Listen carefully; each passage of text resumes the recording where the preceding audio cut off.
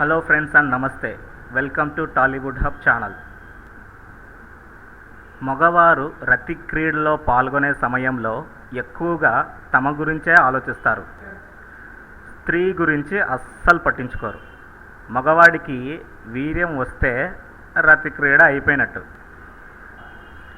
కానీ ఆడవాళ్ళలో అలా కాదు. వాళ్ళు ఎప్పుడు సుఖపడతారో, ఎప్పుడు భావప్రాప్తి చెందుతారో ఎవ్వరూ చెప్పలేరు.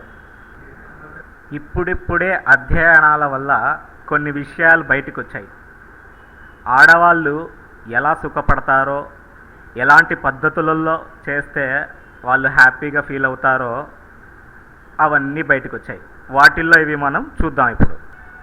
నెంబర్ 1, పురుషుడు స్త్రీని తన తొడలపైకి ఎక్కించుకొని ఆ పద్ధతిలో రతి క్రీడను మొదలు పెడితే స్త్రీలు సంభోగం చెందుతారని అధ్యయనాల్లో తేలిపోయింది.